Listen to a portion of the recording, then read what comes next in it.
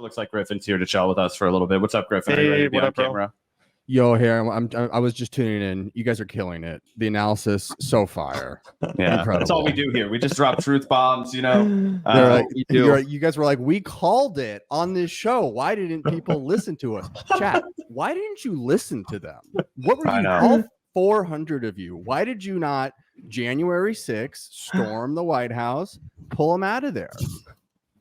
I know. It's the lumpen proletariat guard over here. You know what I mean? That we're more conceptual guys. You know, we need somebody. We're more the Tom Sawyers over here. You know what I mean? We still need some poor bastard to come through and do the whitewashing once we've conceptualized it. You know what I mean? Anyway, we're always trying to get fresh clips. We're serving you guys fresh clips.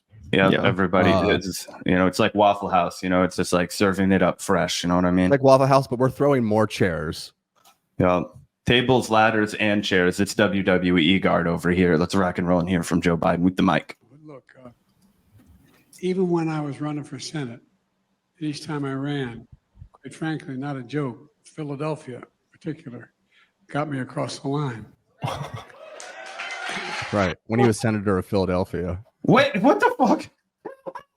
Philadelphia, John Fetterman's back there, and he's like, "Oh my god, he doesn't know what he's saying, but he has to just." That's probably all his like wealthy donors lived in Philadelphia, and that's what he's referring to. Like, oh, thanks to all those donors, you know, cutting me checks up in Philly. That's what got me across the line. That's the only interpretation of this I could even imagine. Thank you. You know, I came in here as Biden's greatest soldier, but you're actually you're topping me right now. We need to steel man this strong man. Yeah, absolutely. How else will we have an effective? Let's take this one more time, and also just take a look at John Fetterman back in here. This fucking troll. Huh? They're like, and also, dude, honestly, fuck Giselle, bro. I've always been for Giselle. Yes. Giselle's out here. She's the first one that's like, you know what? Let's just start clapping for this guy after he said a bunch of nonsense. Watch this shit. Look at this. I'm sorry, Giselle, but I've been on fuck Giselle train for a minute now. Well, that's just because you're horny, bro, and you were hoping that she would leave her husband. No, I was anti. Not like have sex. No, I was making a joke, Griffin. That was supposed like to be a play on words. Like angry at women. Got me across the line. Got me across the line. Philadelphia, in particular, got me across the line. No, I'm not joking. No, I mean it seriously. Organizationally, and in terms of fundraising, the whole deal. See, I was right. Look, here's the deal. Come on, guys. This election is going to be about block and tackle. You guys are doing cheap fakes. Politics. I mean, did you see that article that said Biden needs to embrace AI? What? That someone's making the case the Biden campaign should embrace AI, that they should be using more AI of Biden instead. And the first artificial intelligent president. I honestly, if there's one job that we are going to outsource to artificial intelligence, why not make it the president of the United States? It doesn't fucking matter anyway. Do you mean like in campaign material, like AIs of him looking more impressive than he actually is? Yeah, I mean, like him with 15 fingers restoring democracy in a campaign ad, like those AI Facebook slops we talked about it on a different show. Yeah. Like there's just like 100 baby Bidens riding on like a tractor, you know, just slop. You know, let's go ahead and pry a little bit more. That you bring up, because I think there's also another elephant in the room here, and in all of the calls that we have seen for President Biden to step aside, the issue of what is happening or has been happening in Gaza has not been mentioned, has taken a back seat. But you address this. You address Gaza in your piece, and should Biden's decision making on Gaza have been a warning sign about him long before his bad debate performance, which is something that I was looking at as well and saying like, hey, there's something off in the decision making here. If you're seeing what is happening across America and still being intransigent and pursuing the same policy with no change, of course. Intransigent. That guy just wants you to know that he paid for an Ivy League education. I've been saying this since the last week of October. I've said it on this network that there's a real problem now. And I don't think people understand what the problem is, but for not only losing young people. See, the thing about young people is they don't like war. They don't like any war, probably because they're the ones that are going to have to go fight the war. So they're generally against the war to begin with. But I come from a state, Michigan, where there are two Speaking of Michigan, bro, why do you have a Golden State Warriors cap on? Where's that Detroit Pistons cap, Michael? You're selling your soul out to big California. I'm not sure I can stand for that. That's where I draw the line. 200 to 300,000 voters who are either of Arabic descent or are Muslim. 200 to 300,000 Arab and or Muslim voters. And the Arab American Institute took a poll the last week of October when the real attack and slaughter started on the part of Netanyahu. Also, I did want to get your opinion, Griffin, because Zach and I have talked about this at length, but I don't think I've got your opinion on it yet as it relates to the conversation about Gaza and foreign policy in general. Do you think if they switched Biden out for Kamala or another establishment Democrat that would, to be realistic, probably have the same position foreign policy wise, do you think that actually would, though, win back some of those voters in a state like Michigan that are just not going to vote for Joe Biden? He's Butcher Biden. He's the one responsible. The blood's on his hands. But if they transferred it to like Kamala or something, even though, we all know the blood is also still on her hands, do you think people would kind of give her a pass because she wasn't literally the commander in chief? Do you think she could court some of those lefty voters, young voters, and Muslim American voters? 100%. And it's like, outside of even any of the specifics of what we've kind of heard from Kamala's people lately, which has been a lot of actually really good things, not necessarily related to Gaza, but like related to like potential VP picks for Kamala and stuff like that. They just like, her team just seems like 20 years younger. They're still fucking neolibs. They're still fucking soulless husks, but they're just 20 years younger than these fucking Biden fucking freaks. It's because Biden couldn't get any talent. It's pretty easy to make basically anyone look better than Biden because the Biden team and the people running it now are fucking more radical than fucking ISIS, like in my opinion. Like they are like, not only like have they just like slaughtered potentially 100,000 fucking people in Gaza, but like the way that they are going to war with the Democratic Party, like I was texting you guys, like they have created a ISIS-like caliphate against the rest of the Democratic Party, and it seems like they're going to like take the ship down with them. Like there was a quote from a senator anonymously recently that was like, they chose the hard way, and they're still going out. Like they're taking the hard way out. They're so radical. Like it's just absurd. So basically, anyone I think could look better. But then when you look at Kamala, she's had a lot of statements where she's like, she stayed out of a lot of like the easy shit. She wouldn't go out there and be like, I'm making up I don't trust the numbers. I don't trust the letters. I don't trust the hospitals. Like I think even if functionally the war were to remain in the same place, just like even on a PR level, it would be a lot better. Mm-hmm. Well, she's also able to articulate herself. Later on, I have a clip pulled for us that we can react to of Kamala when she's talking about the Supreme Court decision and how Joe Biden has kind of neglected because he's been so underwater with his horrible debate performance, and then his horrible interview with George Stephanopoulos and the polling going bad and the donors calling for him to step down and all that shit. He hasn't responded in a meaningfully robust way other than saying that he was going to accept the fucking ruling. So basically, saying that he was going to grab his ankles and bend over a barrel and let the Supreme Court do whatever the fuck they wanted. There's actually Kamala Harris, who, of course, it's a big nothing burger, right? She's not actually going out here to combat the Supreme Court, right? But it feels like something because the bar is, again, so low that just having her come out and articulate some level of dissatisfaction, some level of frustration, it makes you feel a little more seen than you're ever going to with Joe Biden.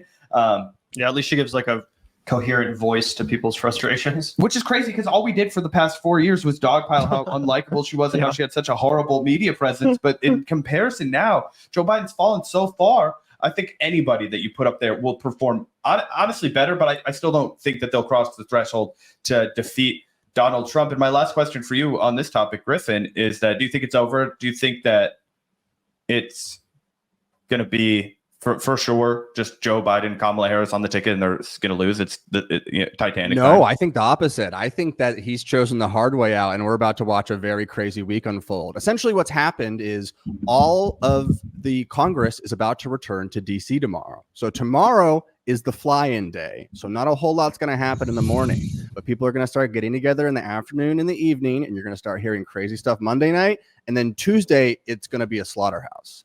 I think that what's about to happen is going to be an unprecedented week in history. it's all been on pause because of the 4th of July holiday weekend where all this went down. And so everyone's just been playing like phone tag and like texting each other. But now everyone's going to be in the same room and shit is about to go down. There are massive revolts happening, not only with senators, with congressmen, but also with the fucking mega donors. And I mean, this is why this is like the Biden ISIS to me. I mean, it is totally absurd. Like Nixon like gave up after a certain point. Like this is like them like digging their closet, and I think it's gonna be wild.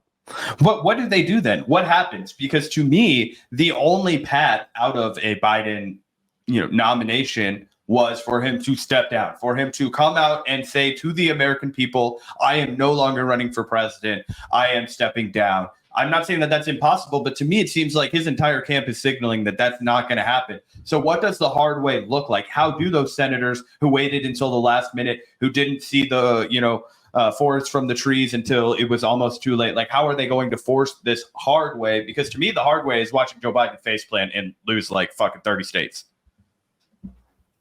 Yeah, I mean, I like they could like push him over. That would stop him. Like I don't actually know the mechanics because we are in uncharted territory. But like, do I think that everyone's about to fall in line over the next 48 hours? No. And I think that this is a slow like bleed out that like a campaign just can't keep going through week after week. I think that the holiday weekend really put people in a certain mindset. I think the administration is radical enough to think they can keep doing this. But I do think that we've hit a crazy moment. And I do want to say I have been thinking a lot about this, and I do find it interesting because one criticism of the libs and the Democrats is that, they don't really care about winning. If Trump wins, then you know what, their fundraising goes up and it's easier to be the opposition party because the Democrats don't really want to get anything done. And what's actually nice to see in this moment is a lot of Democrats actually do want to win. Like a lot of people in office right now are actually like, fuck this. We want to win. Like we don't want to just be like running against Trump for the next 4 years. Like we actually do care about a few things, and that's not everyone. But it is nice to see that some of them are that way. So that's well. Nice they want. I mean, a lot of those people, they do want to keep their jobs too because it's their job on the line. I feel like when people say those lines that you just repeated about how Democrats are fine to be not in the position of power, that's true, but only for the ones that hold on to their seats. Like Nancy Pelosi doesn't mind just being in power as long as the Republicans control the Congress. But she's still going to have her job. Same with all these other people. But now when we're talking about congressional candidates whose races are being tied to Joe Biden by their opponents and they're being associated with Joe Biden, yeah, they might actually be in jeopardy of losing their seats, their political futures because of him. And I think that's probably where the knives really start to come out. But yeah, I do agree with you. It's nice to see some people that are actually like, yo, I thought we were serious about this. I thought democracy was on the line. Maybe we should actually get our shit together. Like we were just throwing up that tweet earlier on screen from Rob Reiner, who was basically saying that. And I see this from basically all the Democrats calling on Biden to step down. It doesn't even really have anything to do with like what the next Democratic president is going to do as president. It's just like, yo, we got to beat Donald Trump and Joe Biden can't do it.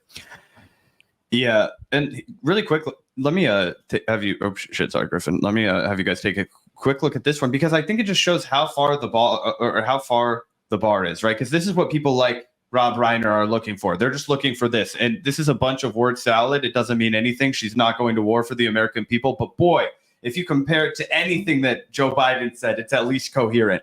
So let's take a look at this really quick. Sadly, the press has not been covering it as much as they should in proportion to the seriousness of what just happened when the United States Supreme Court essentially told this individual who has been convicted of 34 felonies that he will be immune from essentially... Who the fuck is she sitting next to? Some lady from the Hunger Games, I think. Yeah, she's... I was like, what is this? Like, what the fuck is going on? Yeah, it's the trans Jedi from the Acolyte. DEI Jedi. You got a problem with that? You got a problem with DEI Jedi? Yeah, no, it's Okay. it looks like they are filming this at your child's elementary school. He has told us he is prepared to engage in if he gets They cut to the back into crowd. the It's White all House. children. It's all babies. Understand we all know in 122 days, we each have the power to decide what kind of country we want to live in. She seems fired up in a way I haven't seen in a while. She must know that. She must smell the blood in the water. She knows what's about to go down. So much pressure on her right now. She's loving it though. Hard-won freedoms and rights. When I talk about Yeah, crank it. I can't hear her. Yes, they took me in a stroller as they were marching and shouting for justice, knowing that justice will not be achieved unless we are prepared to march and shout and fight for it. And one of the ways we do that, she fucked up her delivery at the end. And fight for it. Yeah. We've all been there. Yeah, we'll send her back to the vocal coach. But other than that, it looked great. You know, it looked great. I loved it. I mean, the power suit. It looked great. You're right. She has a quiet confidence to her, which would also show, you know, how she might do in the pressure of the presidency. You know, this is a high pressure moment for her. She basically just has to chill. She has to still pretend she likes Biden and just chill and wait for her moment. But she might be president. I think that if it's not Biden, it has to be Kamala. I don't think there's any outcome at this point where they get away with putting somebody in with a both Biden not on board. He's dragging his feet. And then you also want to, you know, toss to the side the sitting vice president, who happens to be a youthful, young, in comparison to the rest of the geriatric fucking bench, black woman. I don't think it's going to happen. But I also don't think that Kamala can beat Donald Trump in November. Do you guys think she can? Well, okay, I've been thinking a little bit about that. And like, I don't know, the polling kind of sucks for her right now because they've been like hiding her for like 4 fucking years and not hyping her up at all, giving her impossible jobs. So her shit's all fucked in terms of like any kind of national reputation. Like she'd have to kind of build that over the next like couple months. That could be good though, because it sort of gave people a break from her. Yes. Yeah. Well, no, it actually turned out to be the greatest gift to her because now she's not attached to any of the fucking Clean genocide slate. shit. Yeah. And so total clean slate. But then I was also thinking about it and I was like, you know, everyone like wants to be like with Trump on the debate stage, like, you're a liar, sir, or whatever. And I think it'd be much better to just have like Kamala super pilled out, just fucking in the zone. Off the zoinkies. Just like she's kind of like, you know, when you walk by someone, they're kind of like leaning over, like just on the sidewalk, and you keep walking. Like she needs to be kind of leaning. She's got that. She's vibing, and like I think that like that's the only way to really defang Trump is be like, haha, like I don't even know what's going on with this guy. I actually do think it's not a terrible idea for her to lean into the wine mom energy a little bit. You know what I'm saying? Like I think she could balance the two. At the same time, you know, being kind of the prosecutor, prosecuting the case against Donald Trump when necessary. But I would advise her to kind of lead into the wine mom thing a little bit too when it's appropriate. I think people would like that. It would, you know, make her a little bit more relatable and feel less scripted. And you're right, Trump's not necessarily used to that sort of dynamic. He's used to someone trying to like out serious him and be like, I'm a serious leader. You're a bad person. Instead of like, and the other thing is, I actually realized this recently. Kamala is the only person that can keep up with producing nonstop quotes the way Trump can. Like the way that Trump is just a quote machine, Kamala has that energy. I mean, how many quotes has she had in just pop out even in the last 2 weeks? I mean, I think that it would actually be fun. Like every month she would be coming up with some new phrase that then would like be on t-shirts and yard signs. And you know what? We need some new yard signs because we've had to remove some of the lettering on the old ones, like, you know, immigrants are welcome and, you know, human rights and stuff like that. We've had to put some white out, paint over parts of the yard sign. So get some Kamala quotes on there. Yeah, I also think it would be super important who she picks as vice president. That's something else that I feel like isn't getting enough discussion when it comes to her chances at beating Trump. People are like, oh, you know, everyone hates Kamala, especially people in like Pennsylvania. They're going to reject her. But what no one's talking about is the fact that she would have the opportunity to select a vice president that could really balance out the ticket and provide a nice contrast to her sort of, you know, unbearable coastal elitism that she exemplifies in her worst moments, I would say. Tyler Hackner in the chat says, I don't even like her. She's a cop, but still, which is basically the plot in like zombie movies where like, okay, it's a zombie apocalypse. We're on the mall. There's a cop. Like, are you going to make the cop leave? You're probably going to let the cops stay and maybe be president if they're funny. Yeah, it is unfortunate because no one hates the cops better or more than myself and Zach, but in this specific instance with Trump being, felon of the degree that he is, it does kind of seem perfect for the Democrats, just like from a framing perspective, to trot out the top cop and be like, yep, you said you were the tough on crime party. Well, guess what? We're here to lock your ass up or whatever. Like that, they could play into that. Yeah, we get Kamala out there with that dude, and he's got those big swinging 70s porn stash, ruffled blonde hair. Griffin, actually, they might cast you for this. You know what I mean? They get him out. No, I was saying for Kamala as VP, get out there with some swashbuckling, cop porn, No, they'll see 2 seconds of this show and be like, pass. Speaking of VP, one of the reasons I like the people around Kamala right now is they released kind of like a leak of what their VP picks would be for Kamala. And it was like Bashir or Pritzker. And it was like, oh, okay, like these people fucking know how to play. Like they actually understand the moment right now. I think that part of that, Griffin, is that she has a better team than Joe Biden does. And part of that, we talked about this a little bit before you got here, but nobody thought that Joe Biden was going to fucking win. So none of the best operatives in the Democratic Party were going on behind the Joe Biden team, right? You know what I mean? It wasn't like, oh, Joe Biden's the most likable guy. I'm the most talented applicant to go work on a campaign. I'm rushing to Joe Biden's team, right? No, the people who were really getting a lot of the media attention back in 2020 were people like Kamala Harris, were people like Pete Buttigieg. The up and coming rising stars of the Democratic Party. They actually had more sophisticated, sharper teams going behind them. And then you had Joe Biden, who was kind of cast off in the shadows in the wings with this geriatric team. What the fuck is the name of the guy that's his chief of staff or his manager, Zier, or whatever the fuck that guy's name is? Anyway, they're all old. They're kind of out of touch. Oh, Jeff Zients. Jeff Zients. That's what I was. Yeah, he's like the Zionist guy too, I think. Like, oh, for sure, he's a hardcore fucking supporter. Zients. Anyway, sounds like a shortened like slur of Zionist. These Zients. But anyway, I'm not sure where the fuck our Michael Moore video went. There was a mention that like Biden isn't involved in like any administrative duties except foreign policy, which I think is so funny. He's like, I'm dead. I'm not the president. I'm a total puppet, but I will wake up to kill a few Palestinians.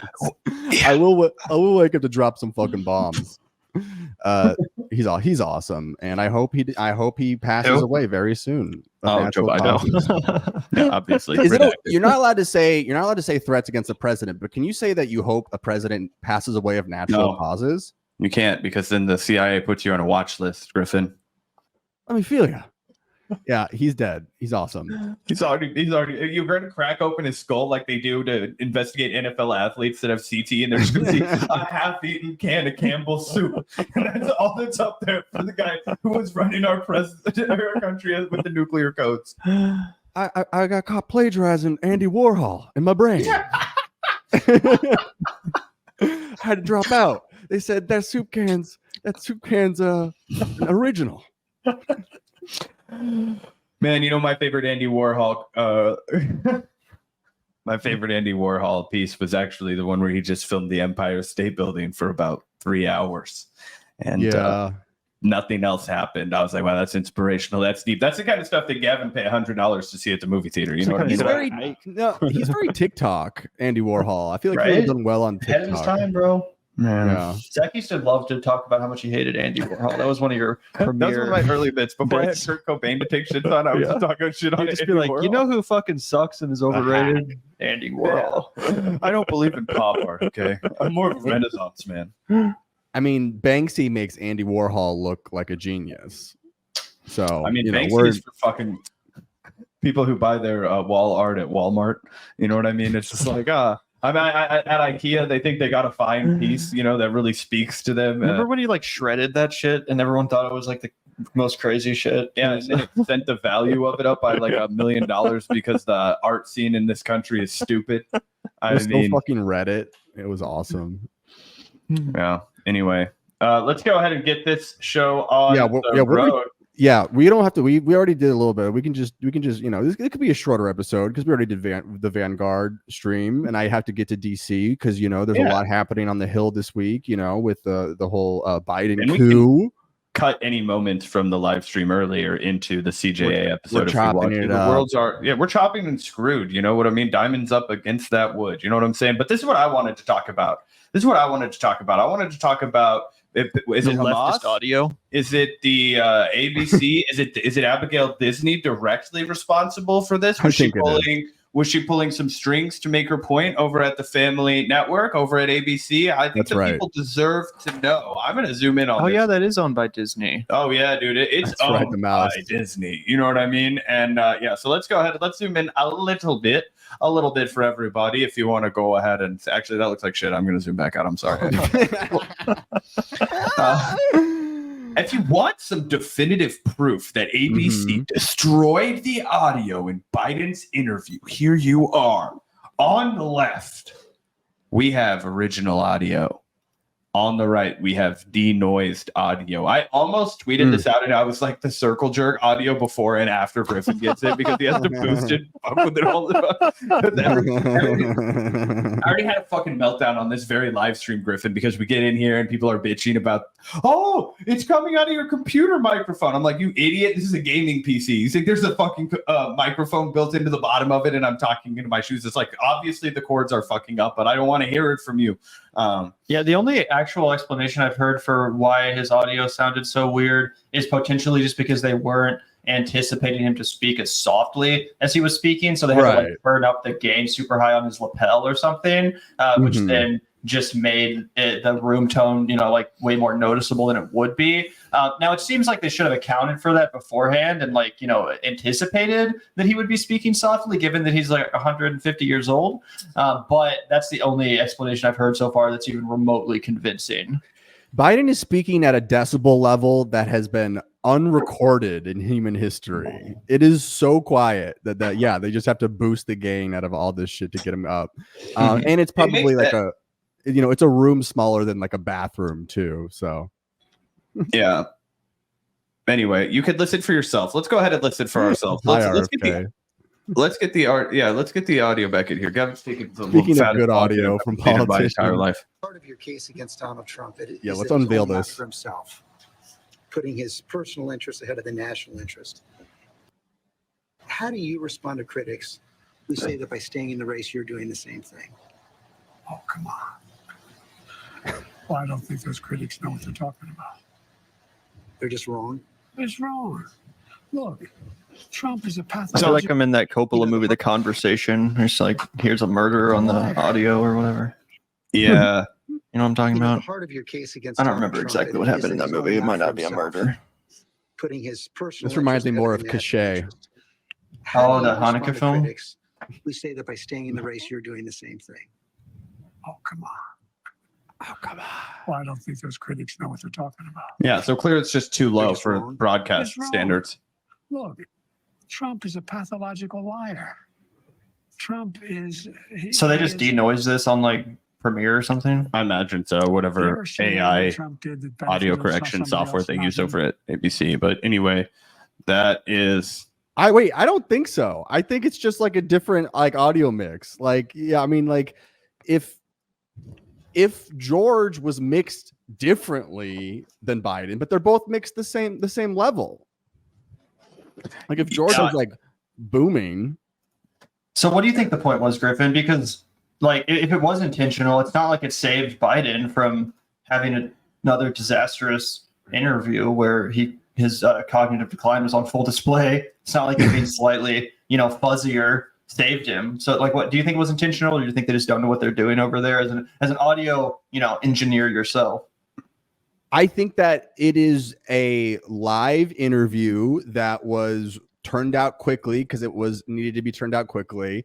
One of the other specificities was it was unedited, in terms of like they just keep the full length. And yeah, it's just like some interviews just like sound like that. Like, yeah, you can go in and try to clean up any clip more, but like, I'm sorry, like if you can't sound alive in different interview settings, that's kind of the fucking job. So it's just like, sorry, like we can't play with the handicap of like, there's only one type of sound mix that this president can work in. Like, it's, we can't be like, he's Mariah Carey. Okay. You know what? He's not going to tolerate any other.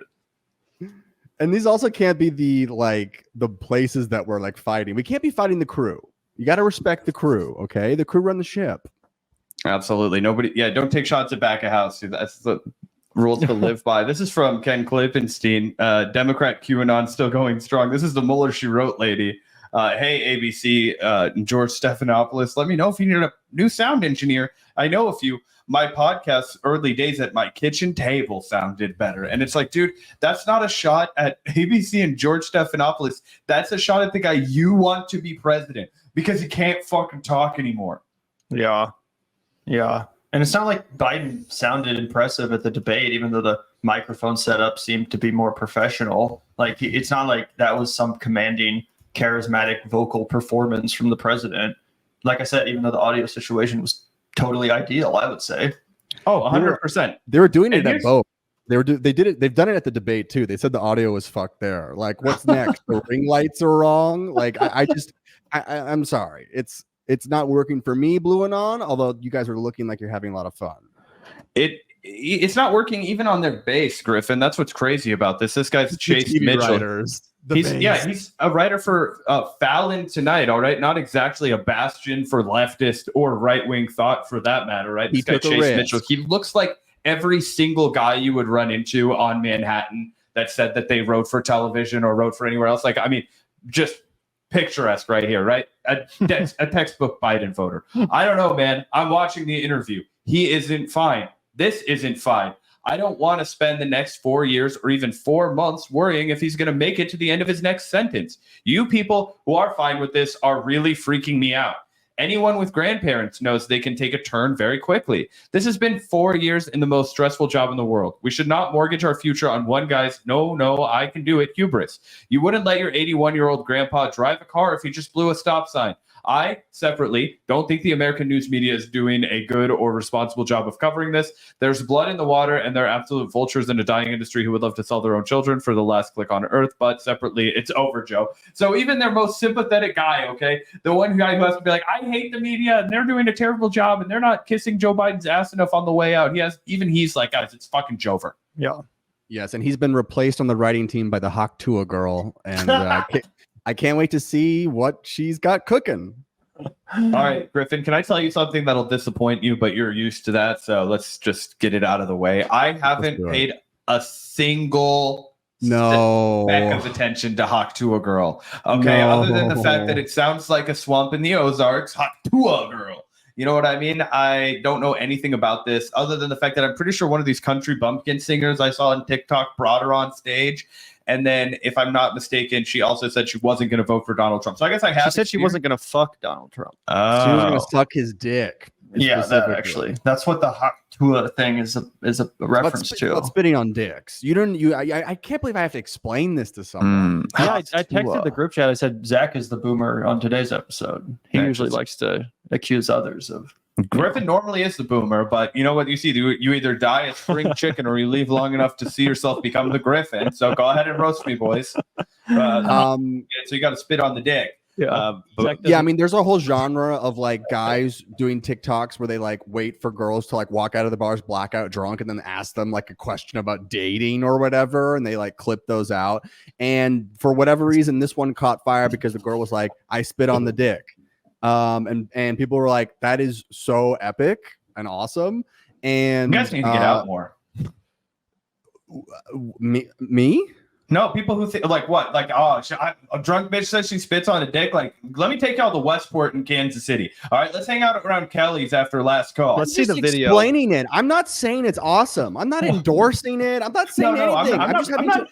Griffin, you're getting so defensive, man. I haven't internalized you with this woman. I'm talking about the American consumptive habits. Okay, the way that we watch reels. Why was this woman put up to the top? It's because there are a lot of horny dudes that ain't getting their Hawk Tua on. You know what I'm saying? Now that I've learned the lingo, thanks, Gavin. You know what I mean? We got to find the actual video though, because I feel like you have to actually see the. I've seen that picture a lot. I've seen the picture of her where she's like, you know, kind of like this. Oh, here it is. Is this it? I think it looks like this person on Twitter actually shares your opinion.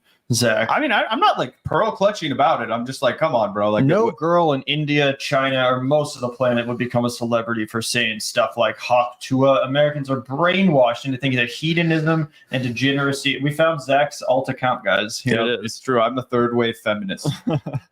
Anyway, this is the infamous clip, I I'm believe. gonna go back into my room and listen to Cockatoo Twins and think about the Bechdel test.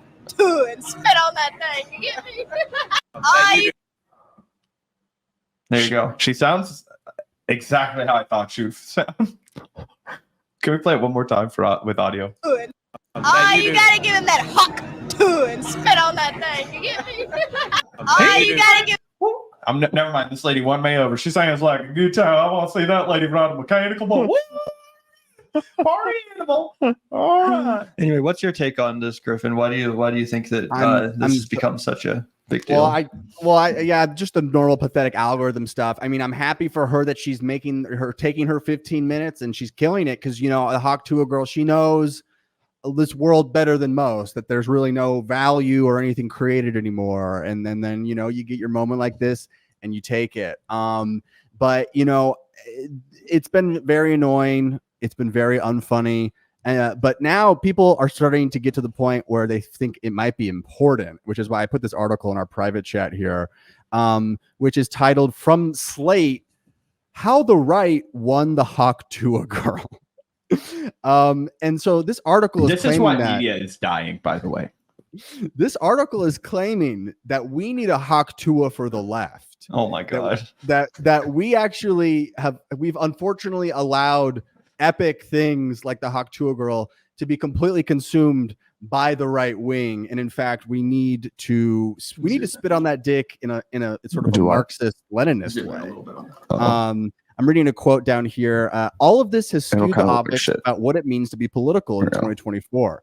If you're a member of the Zinternet, that's if you do Zins, which is to say you do not advertise precise ideological stances, your Instagram stories are not constantly paneled with causes you care about, and you tend to wield the internet for the pursuit of pleasure and nothing else, then you will be perceived to be right-wing.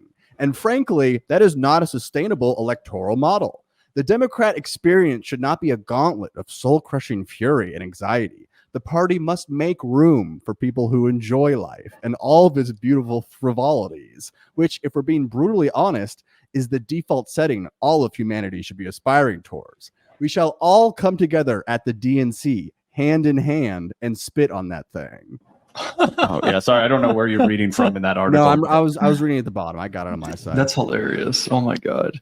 So what do you guys think? Do we need to be spitting on dicks in a leftist way? Is that the problem? Is that why no one's watching our shows? I think what the problem is, because I hear this argument a lot. I even heard it recently from James Carville, and not this exact argument, obviously, but he was basically saying that like Democrats are gonna lose, specifically young men, but kind of young people in general, because they're so insistent on like sounding intellectual, and they tell you like don't drink beer or like don't eat meat, you know, like we're going to take your hamburgers and your beer and your football, and they seem like condescending or something like that. But you know, I think it's a bit of a stereotype that's not really rooted in reality. Like I don't think your average lefty progressive or even just average Democrat or liberal is out here just raining on people's fucking parade all the time, talking about how it's bad to drink beer or laugh at memes. I think what really happens is that people just innately, when they see stupid shit, dumb shit, they associate it with the right wing, because most right wingers are fucking morons. That's not really the left's fault that we just happen to like kind of be above some of that shit. We're actually interested in improving people's lives, passing policies, stuff of that nature, whereas the right wing is more than happy to just kind of exist in the culture war muck. So that's kind of my take on it. But I also don't, disagree with the notion that people on the left or even liberal Democrats should like kind of, have fun. I think there's nothing wrong with that. I don't think it's a bad thing to try to appeal to people on a kind of a base level. Yeah, I mean, I don't think that the left really does that so much as the Democratic Party does that, because they've kind of become the party of finger waggers, right? And that's been, I would say, it's a trend for at least a decade now, because they don't have any actual policies that they'll run on. It's just virtue signaling, it's woke scolding. It's kind of a regression back into that pre-2016 politic of where do you stand on, target issues, right? Like, oh, should there be a boys section and a girls section?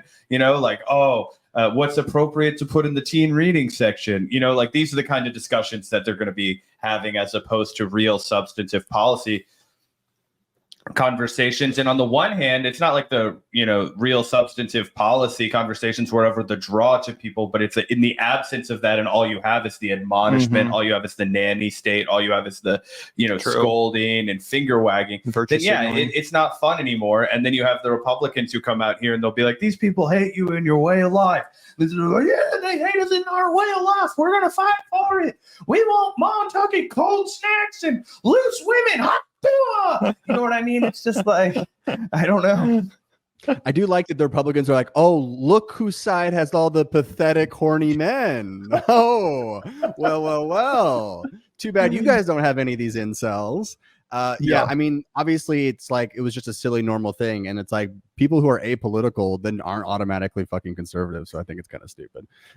But you know, maybe maybe we need to have some leftist men walking at it. We need to do our own Haktua for the left. You know, let's go to a bar. Let's get blackout drunk. You and Gavin are going to have to be the talent for that one. All three of us are going out. You're going to be walking out. Zach, you're going to be pissing your pants. Your pants are going to be soaked with piss. Gavin's going to be arrested. I'm going to be rapping all of the rap songs with all of the lyrics. And then we're going to walk up to the camera and we're going to say, I spit on vaginas, and it's going to go viral. And people are going to be like, wow, I guess the left is fucking chill now. So that's my plan. Yeah. As representatives of the left, that's really what our contribution should be. You know, the resident pussy spitters. Yeah. Circle jerkers and pussy spitters and everything in between. That's our platform, everybody. Be sure to hit the like and subscribe button. Also, get 58 views. Fuck you, Pedro. We'll get less. It'll get at that 0 when TikTok locks something for content. Also, Griffin, I haven't been paying as much attention to this Haktua woman as you seemingly have been, although I have been paying more attention than Zach has. Has she actually in any way come out as a right-winger? Like, does the conservative movement have any claim to this lady?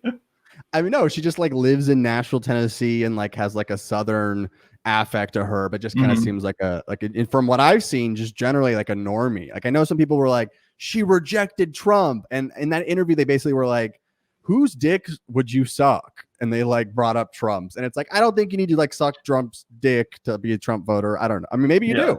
I mean, I like Bernie Sanders, but I wasn't prepared to go to, those links either. If you thought it was going to get him across the finish line, Gavin, if the state of the nation depended on it, and all you had to do was with, in the privacy of his own home, well, James Sanders gives her consent, but she doesn't want to bear witness to it. It's consensual non-monogamy, Gavin, for the State of the Union. Do you think you could do what Tim Scott was prepared to do? Yeah, you do Bernie. I'll do Clyburn right before South Carolina. And maybe Zach can do like Morning Joe. Just like, I don't know. I'm putting on a rubber glove. And I'm just saying, all right, Joe, where's the Vaseline? Let's get it done. I know how you like this. Anyway, it's pretty funny that, that article is like premised on the fact that this woman's a right winger when apparently she's not. And people just assume she was because she has a Southern accent and did something stupid on camera. Like, yeah, that's their brand, dude. So, did you have anything more? I'd love to teach. I'd love to have her on the show and teach her about Medicare for all. I would too. Maybe we can get the Haktua girl on the Medicare for all bandwagon. But you know who's not getting Haktua enough right now? Ritchie Torres. Oh man, talk about a segue. Ritchie Torres. We were talking about this a few days ago when he joined the team of individuals. Early on in the history of Circle Jerk America, we bemoaned how in the age of anti-Zionism, the Tinder landscape just hasn't looked the same for pro-Zionist daters. It looks like we can go ahead and say that Grindr is a similar dead end, unfortunately. Ritchie Torres. We thought Grindr was a safe space for genocide. I mean, normally is on Grindr. Let's see here. Ritchie Torres. Yeah, this is funny too, because it's not just his dating life. He actually goes into how his own familial relations have been, severed by his support for this genocide we're all watching unfold. So yeah, this is pretty interesting stuff. Yeah. There we go. Yeah, the hot I think someone spot made. Yeah, there we go. Boom. Let's get this shit. Let's get this. Let's get It's in this the private pop. chat if you need it. Oh, cool. Here we go. I got it right here. Right on. Right on. Rep Ritchie Torres Oh, nice. went on a Jewish podcast. Uh-oh. Wait, Okay. that's our Nazi bookmark section. We have to be. That's a different group chat, Zach. Yeah. This is the Jacob Shields apparently runs this account. Right. Actually, you know who does run that account? Who? It's that fucking Nico House guy. Oh, Nico House runs Yep. this account? Okay, Yep. well now it all checks out. All right, now everybody has their questions answered. I'm sorry we're using Nico House's product right now. There's no issue on which I face more hate, harassment, and death threats than on the issue of Israel. Even my mother's been the target of harassment. There were activists who said to my mother, "You're a genocide mother, and you should have aborted your son." It's You're a put genocide strain mother. on personal relationships. Mother. It's I like have you a were asking mother. earlier, Griffin. You can't threaten a politician or the president, but can you say, "I hope they die from natural causes"? Can you say, "I wish you were aborted"? Is that cool? Yeah, the doctor said my mom should have had an abortion. Yeah, I Sibling mean, who has it's jumped not- on the Free keep going. Palestine bandwagon. We have not spoken in months. L for Richie. I don't know if I could share this, but it's actually had an effect on my dating life.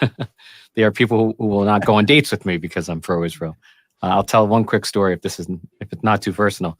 I went on a Why does this guy have the same cadence as Lex fucking Friedman? I hate when people talk like this. date with someone who I'm openly gay for the record, and this person said, "Richie, I support everything you stand for except one issue." And I said, "What's the issue?"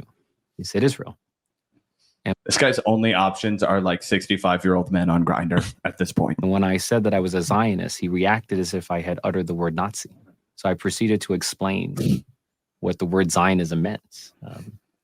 And then at the end of the date, he asked for my number. So I put in the notes section, "Ritchie Torres, your favorite Zionist." Richie, you're about to have about 18,000 Jewish women in your inbox with their sons' numbers. Correct. So With their sons' numbers. Great. Yeah, your mom's 18,000. gonna. Yeah, don't worry. All these kids' moms are gonna set you up on dates with them, Richie. Don't worry. Their moms are gonna be like, "My son should be with Richie," because if there's no one thing I know about people in Israel, it's how much they love gay marriage. Love being a Zionist, but for some reason don't like dating the Zionists. Interesting. There can't be anything about that for sure. Yeah, I like that. I like that he was put it in the number at the end too. I mean, it's very funny. He's like, it's just didn't he at one point ask him he's like he looked at me like I was a Nazi? Is that what he said? Yeah, he said that he reacted when he told him he was a Zionist as if he'd said he was a Nazi, and then Richie had to mansplain to him that Zionism is based and Nazism is cringe. And apparently, he won this dude won the over because argument. he got the Oh, number. bro, that's just the made-up fairy tale version. That's the Hunter S. Thompson version at the end, where he twists the truth to make it whatever the fuck. It's a fabrication. It's that a guy just wanted fantasy. his number so he could send him some videos explaining the reality. Send him some just Norm send him a Finkelstein. picture. Literally. Listen to this debate between Norm Finkelstein and Destiny. I think it'll really open your eyes. Richie. Hey, Richie, do you want to see this video of the IDF killing people on 10/7?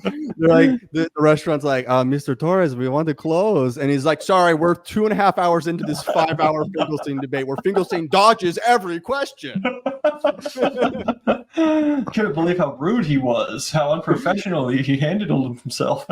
Yeah, no, that's pretty good stuff, though. It is hilarious that these losers just so confidently go out there and talk about the consequences they faced in their personal social lives as a result of embracing genocide. And then even straw manning his own family members. That was my favorite part when he says, "Yeah, one of my siblings has jumped on the pro-Palestinian bandwagon, and now they won't talk to me." It's like your sister or your brother or whoever you're talking about. You can't even in good faith assess the fact that they might have a difference of opinion as far as foreign policy goes, and they might have found themselves in a different place than you. Nope, they jumped on the bandwagon. That's all it is.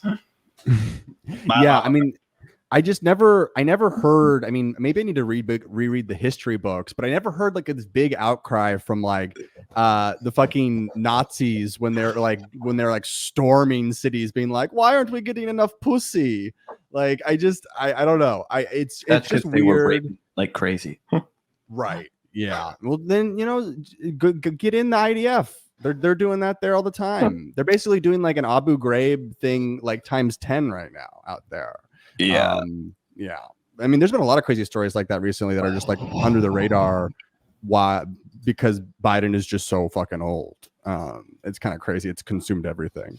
Mm-hmm. Yeah. It's also funny for Ritchie Torres because I feel like your average Zionist or anyone with a controversial political opinion, maybe you're a white nationalist or something. Usually it doesn't get brought up on the first date. Usually don't start approaching like your most extreme and radical political positions on the first date. But with Ritchie Torres, he doesn't have a choice because he's like a public figure, a politician. This is all on the record. Most people are going to Google him and figure out who the fuck he is. So he has to sit there on the first date and explain in ways like Nazism to some, innocent person. Yeah, to some innocent gay guy. Yeah. I just we mentioned Biden a second ago, and this came across my desk about an hour ago. And we've been talking a lot about open conventions and like what that would look like if they were to do it. We also have this gatekeeper thing we want to get into as well. Oh, I didn't know if that was what you were seeing. No, my bad. Let me put it in private chat here. So there has been a lot of plans already percolating about what some of this open mini primary would look like. That's being planned from Dem donors. So it starts with point one. Biden would step down as the Democratic nominee in mid-July and announce the new system with backing from Vice Presidential Kamala Harris.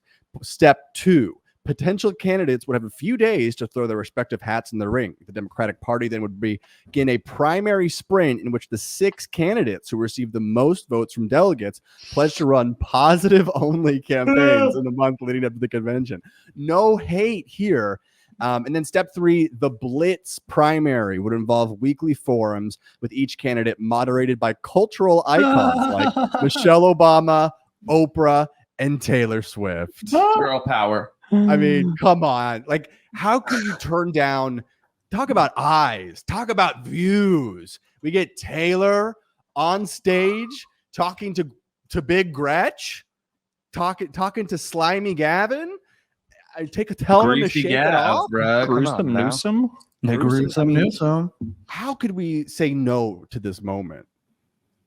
We can't. That would be crazy. We have to say yes. As a content machine, not a human, not an individual, not a voter, but a content manufacturer, I pray for nothing else. Yeah. I mean, I think but if they're already like, I've never seen this kind of like actual, like just total everyday leaks, everyone like openly planning coups and like against the current plan from the president. It's getting pretty serious in terms of all that. Yeah, we also have this one that you sent our way earlier from a man named Colin Rugg. He's going to pull the rug out from all of us right here. Oh, shit. Is going to hit the fan, he says, on Monday, according to a new report by Axios, as Jill and Hunter Biden have become gatekeepers to the president. The Democratic Party is getting exactly what they deserve. And it's we don't have to read the fucking extra shit he says.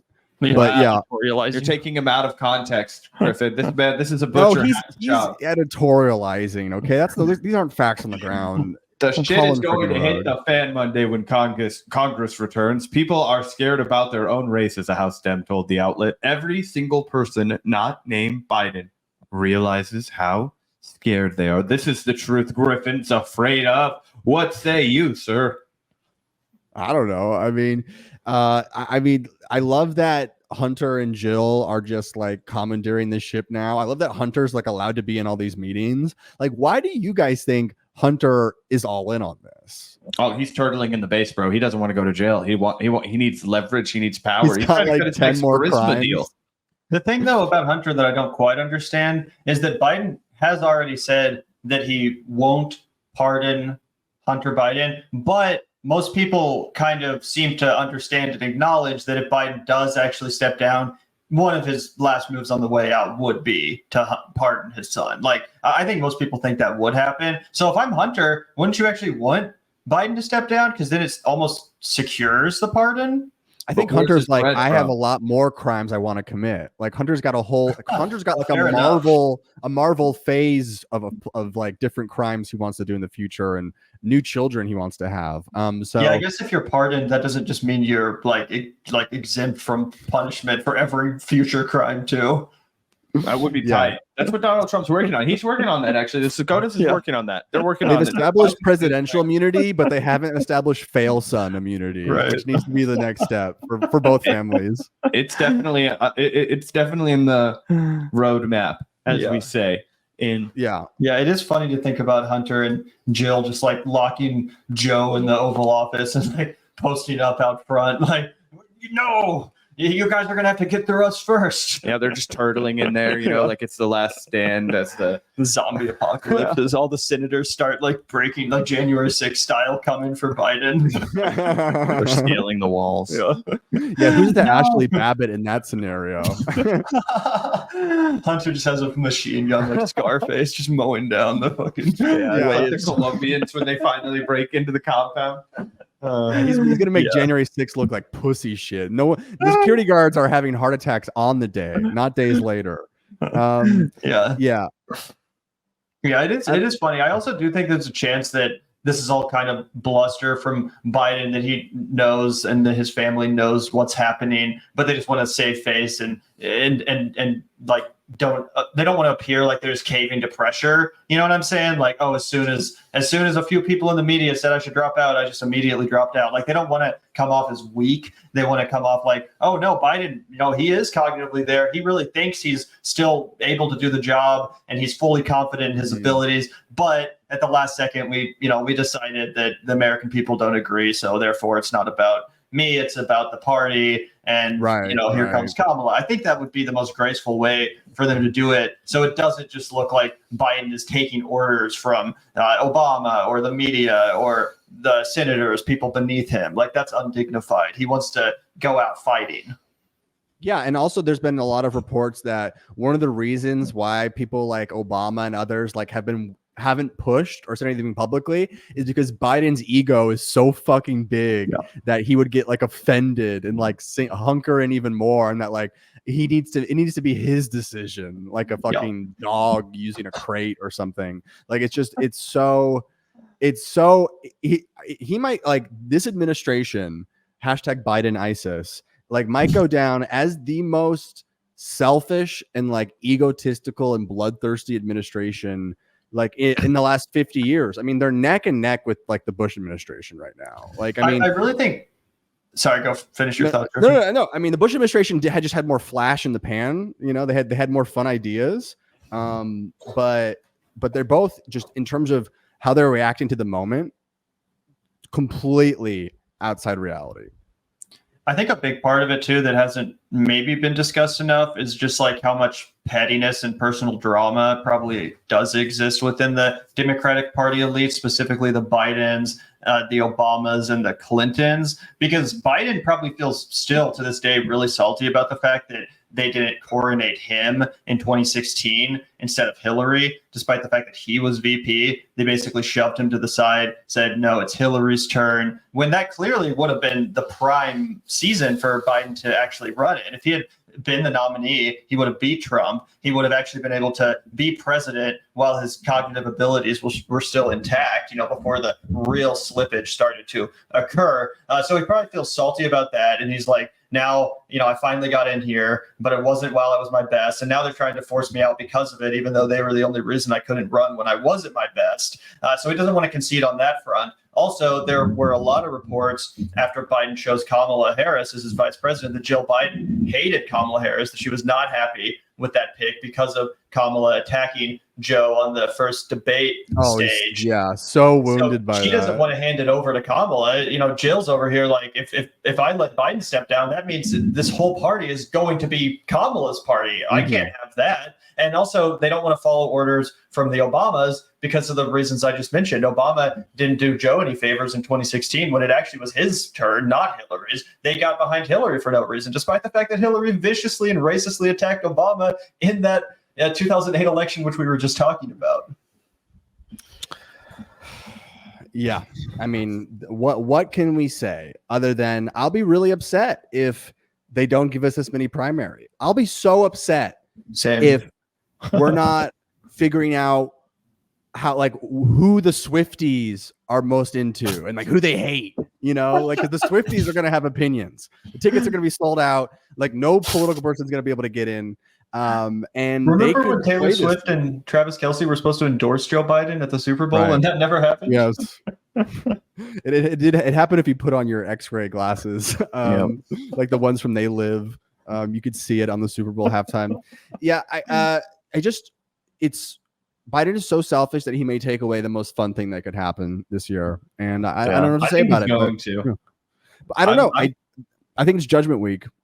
I'm taking the resident pessimism role again, while you guys, puff your hopium. And I'm going to say that I think at the end of the day, it's just going to be Donald Trump versus Joe Biden. I hope not, bro. I hope not. Yeah, I'm with you, Griffin. I'm going to be pissed off if they take this away from us. They already took away from us a real primary, frankly, on both sides. I mean, they had one on the Republican side, but Trump didn't even show up to the debate. He didn't even dignify the competition. It felt like a massive audition for the vice presidency, to be honest. And then on the Democratic side, I mean, we had Dean Phillips and Marianne Williamson and Cenk Uygur, but that was all just kind of like a sideshow. It wasn't serious. So I am hoping too that we get at least something. And I think the media has to be salivating over this too, because they've also been depressed as far as the ratings go. It would be a huge media event. It would be a spectacle to have this sort of literal reality show competition take place. I mean, especially if they got people like Michelle Obama, Oprah, Taylor Swift involved. That sounds crazy to me. But if that is where they're going to go with this, I mean, that would be huge. People would love it. Yeah, I'm gonna be at the DNC, and I just hope I'm not looking at a fucking Zoom call of a dead guy Skyping in to say that he loves America and God told him to stay in the race. Like, I can't do it. So Taylor, you end this, save America. You can do it. Push for the mini primary. We're all ready for it. But we've talked about Kamala. We've talked about Biden and the ouster, the coup. There's one man that we haven't talked about. I think we should end this episode on, and that is one Robert Kennedy, F.J. whatever Jr. And in this moment, just a classic, another incredible moment where RFK came out. Oh, RFK, thank you. I'm glad you came on. Glad you had time. Thank you for doing the podcast tour. Excuse me. This man, Griffin Davis, runs an organization that is explicitly designed to antagonize me and other insurgent party candidates. He's a known political operative from New York City, and I'm here to make the case to the American I almost lost you there. I almost lost you. What I'm going to do for the American people, and I want to let everybody know that my dog eating and raping days are behind me. I'm a vegetarian now, and I'm a happily married man. Did I rape in the past? Of course I did. I'm a Kennedy. Kennedys, we can't keep our hands to ourselves, and certainly not our cocks. That's established as fact at this point. But what I do know is that I've grown up. And my dick just can't handle the rigor anymore. So I have reformed. And I think I can bring that same reform to the United States of America. Thank you. Wow. That was fucking annoying. We just got cut off for like 15 minutes. What the hell was going on over here? He grandstanded and then he dropped out of the call immediately. Yeah, fake. That's just like a Kennedy. Yeah, I mean, it's like what an amazing moment. A moment where they're looking for a difference, and he's not only the healthiest guy, but he's also a guy that Ben basically had to admit that he assaulted his nanny. And that turned out to be like the whole story for like a couple of days for him. It's just like, it's so funny because he's actually kind of truthful. Like he won't like lie about it. He'll just be like, I was not a church boy. I ran through nannies. Like he just admits to it. Yeah.